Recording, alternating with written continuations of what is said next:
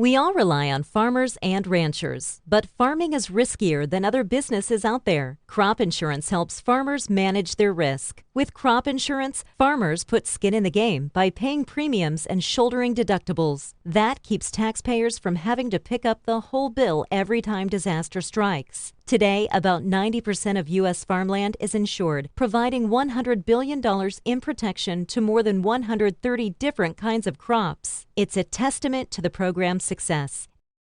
Thank you for joining us for our Agri-Pulse Washington Week in Review. I'm Spencer Chase, joined as always by Agri-Pulse's Phil Brasher, as well as this week by Maine Democrat Chellie Pingree and Congresswoman Pingree. We appreciate you taking time to join us.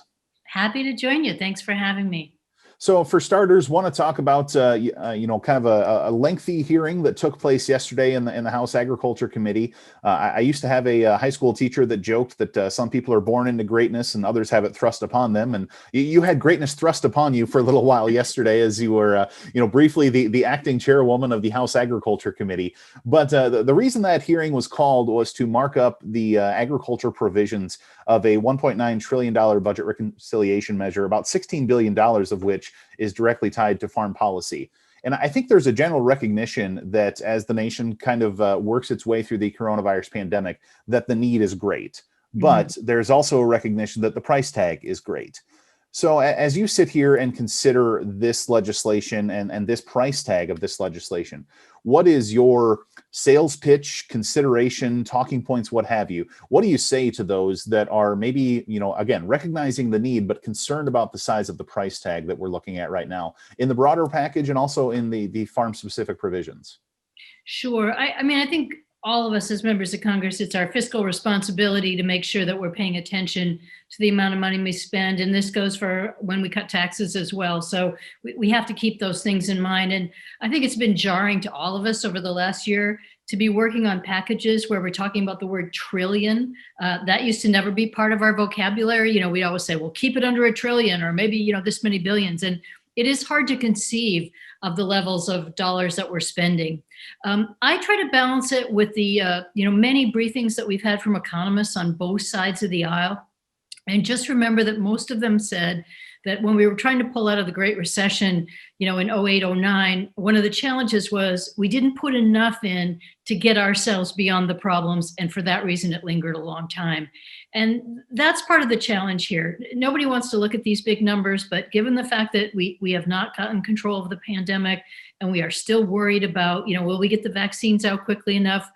What about the new strains that are coming in? We have to be aggressive. And then I think bringing our economy back at the same time is also an expensive challenge.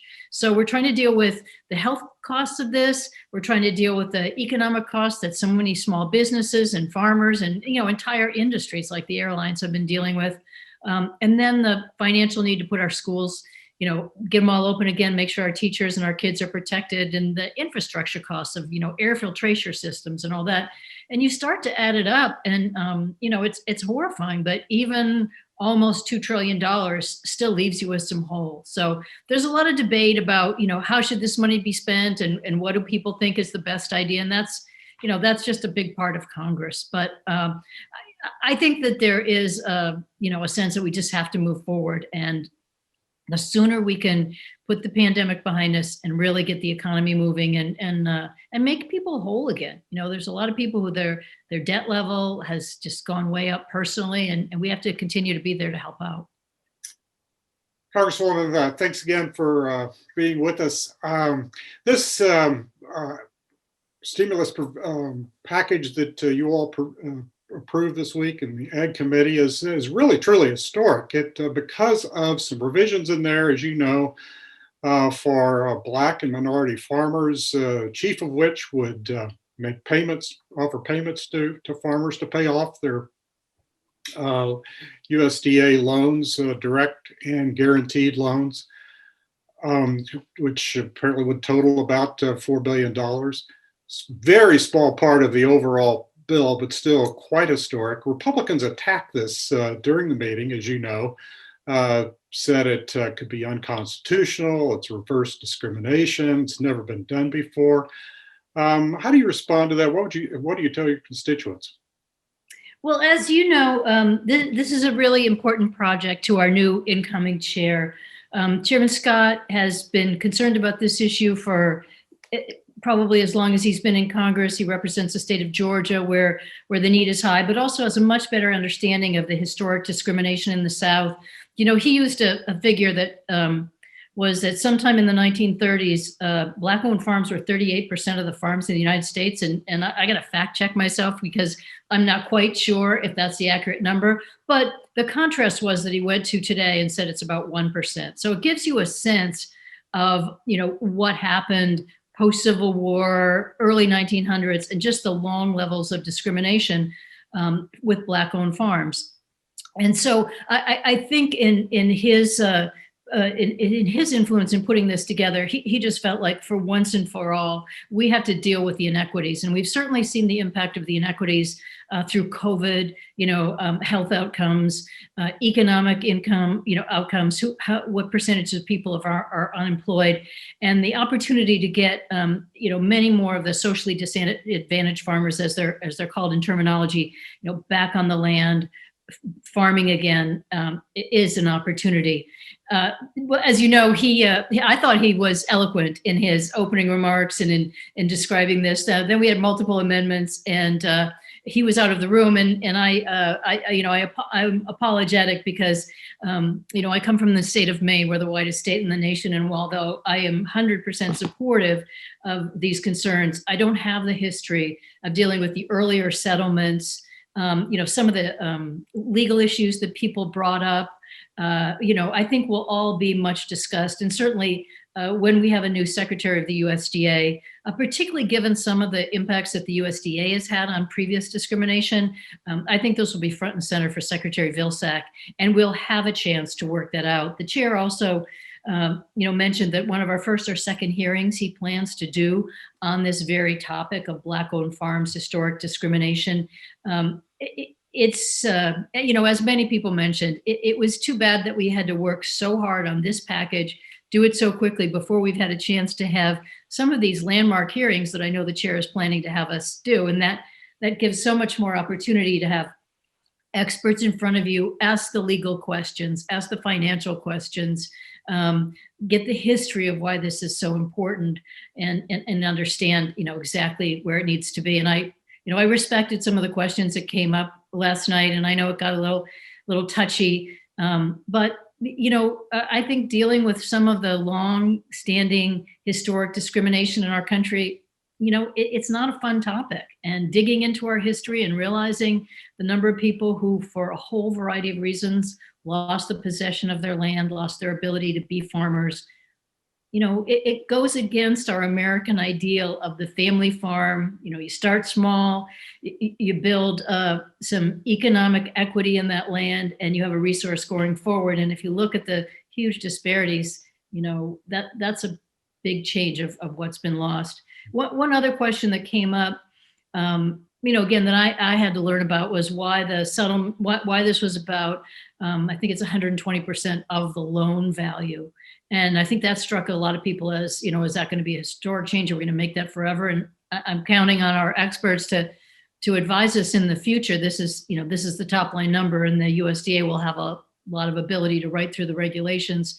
But I think part of that was to deal with the many times that we offer loan forgiveness, and you know, often forget that that's a tax consequence. So you may forgive someone's loan, and you know, on the other side, you find that they have to pay taxes in such a number that they can't even accept the forgiveness. I've had to deal with that in situations around student debt. When you forgive student debt, you don't realize you've caused a huge tax consequence that often the person can't afford. So there were a lot of topics to sort through there. Right. We'll look ahead for a minute while we have you. Obviously, in addition to being a member of the House Agriculture Committee, you're a senior member of House Appropriations. And so you're going to deal with a number of issues. And one of those is going to be climate policy. And that is the number one issue, it appears, for President Biden after dealing with the pandemic. There's a concern that I'm starting to hear from Republicans that the money that the Democrats want to put into conservation programs, the president has called for a big expansion of the conservation stewardship program, that money would come out of the farm bill. possibly presumably out of other programs. What can you say about where Democrats are headed in terms of addressing ag climate policy, in terms of getting the money into farmers' hands that they need to do those things with soil health that will allow them to qualify for carbon credits or and address greenhouse gas emissions? Yeah, it's a great question, and I am so anxious to sort of have a new Secretary of Agriculture and the committee really be able to dig in so that we can get beyond sort of the initial fears and the concerns, and make sure that people have all the answers. I wrote a bill last year, the Agricultural Resilience Act, and spent a tremendous amount of time meeting with dozens of groups from, Farm Bureau to the, most progressive agriculture environmentalists out there, really trying to put together how do we have a bill that's very farmer driven, that provides a lot of incentives for farmers, that uses many of our existing USDA programs, as you mentioned, like conservation programs, and then really gives farmers the opportunity to access some of this carbon money, the carbon credits that are now going to the forestry industry. And I know I come from the most forested state in the nation, and they have a long history of being able to capitalize on that. But because we don't have good measurements of how much organic matter is in the soil or how much carbon is being sequestered, the USDA has not been able to provide those same opportunities. But as you've seen in President Biden's forward-thinking ideas, he's talking about a carbon bank and how to creatively fund that, how to give more technical assistance to farmers that would come through some of the Farm Bill programs, because it's a big conversion if you're a conventional farmer using certain techniques, and now you got to go to no-till and no more cover crops.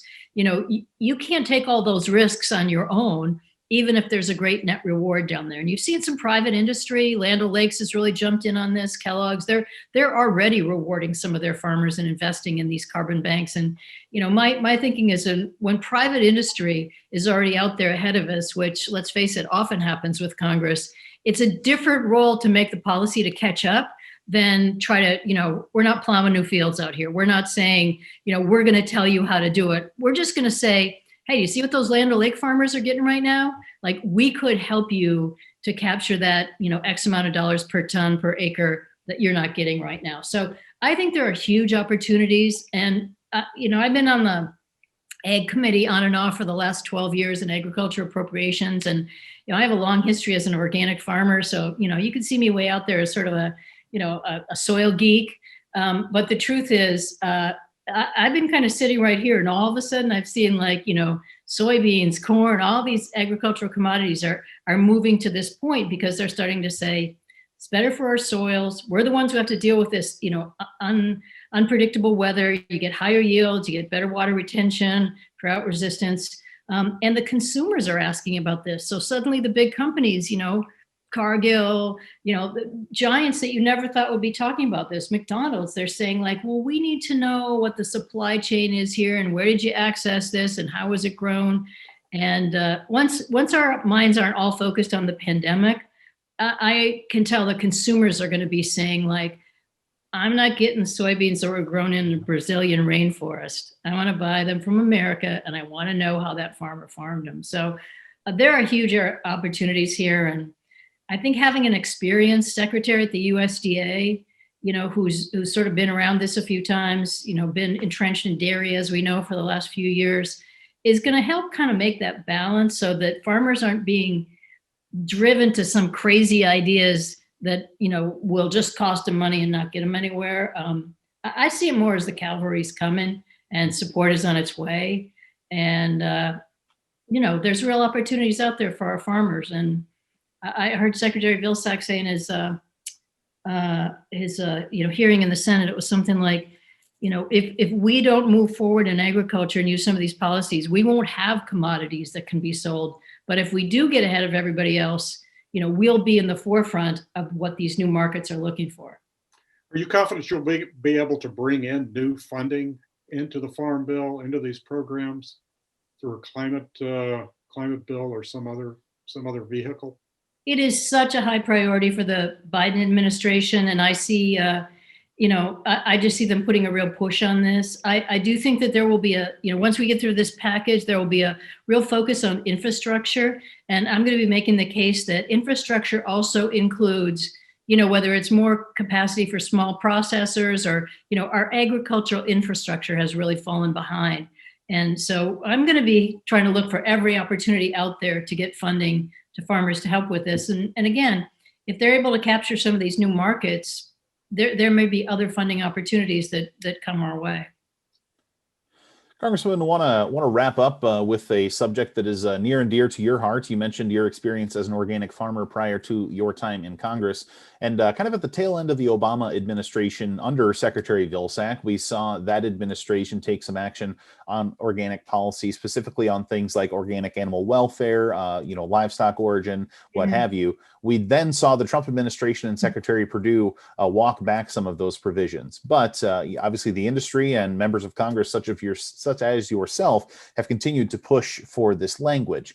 Wondering what you can tell us about your conversations with Secretary Vilsack, with the current Department of Agriculture, with the Biden administration writ large, about what we should expect the administration's approach to be in regards to some of these organic rules. I think we'll have a renewed interest. I certainly have had conversations about this, things like the issue around dairy, has been just lingering out there for way too long, and we need to have that one resolved.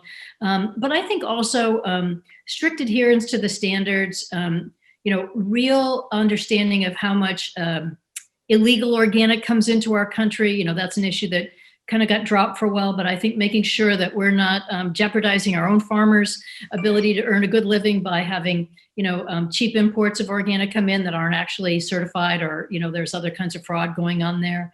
Support for the transition for people who want to move into it.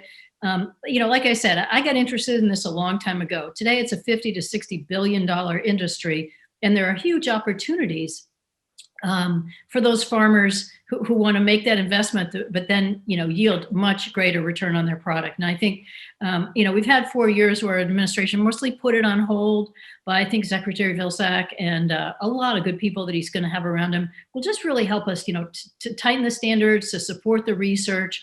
I look at it a little bit of the USDA's responsibility is to assist American farmers. And if they miss helping farmers to be in this wildly lucrative market, it's a dereliction of their duty. That's their job, is not to say like, should you or shouldn't you be an organic farmer? It's not an ideology. It's a good market. And so if there are dairy farmers who want to convert, or others who want to say, hey, I can do this in America, and the growth of interest in American commodities, corn, soy, we've been way behind for way too long. So those are opportunities our farmers should have. They make better money. It's going to be better for their land. A lot of these practices, cover crops and things they're automatic in organic gardening. So, organic farming, sorry. So I think there's some real opportunities there. I think we're going to see some, sort of bringing it back to a healthy place.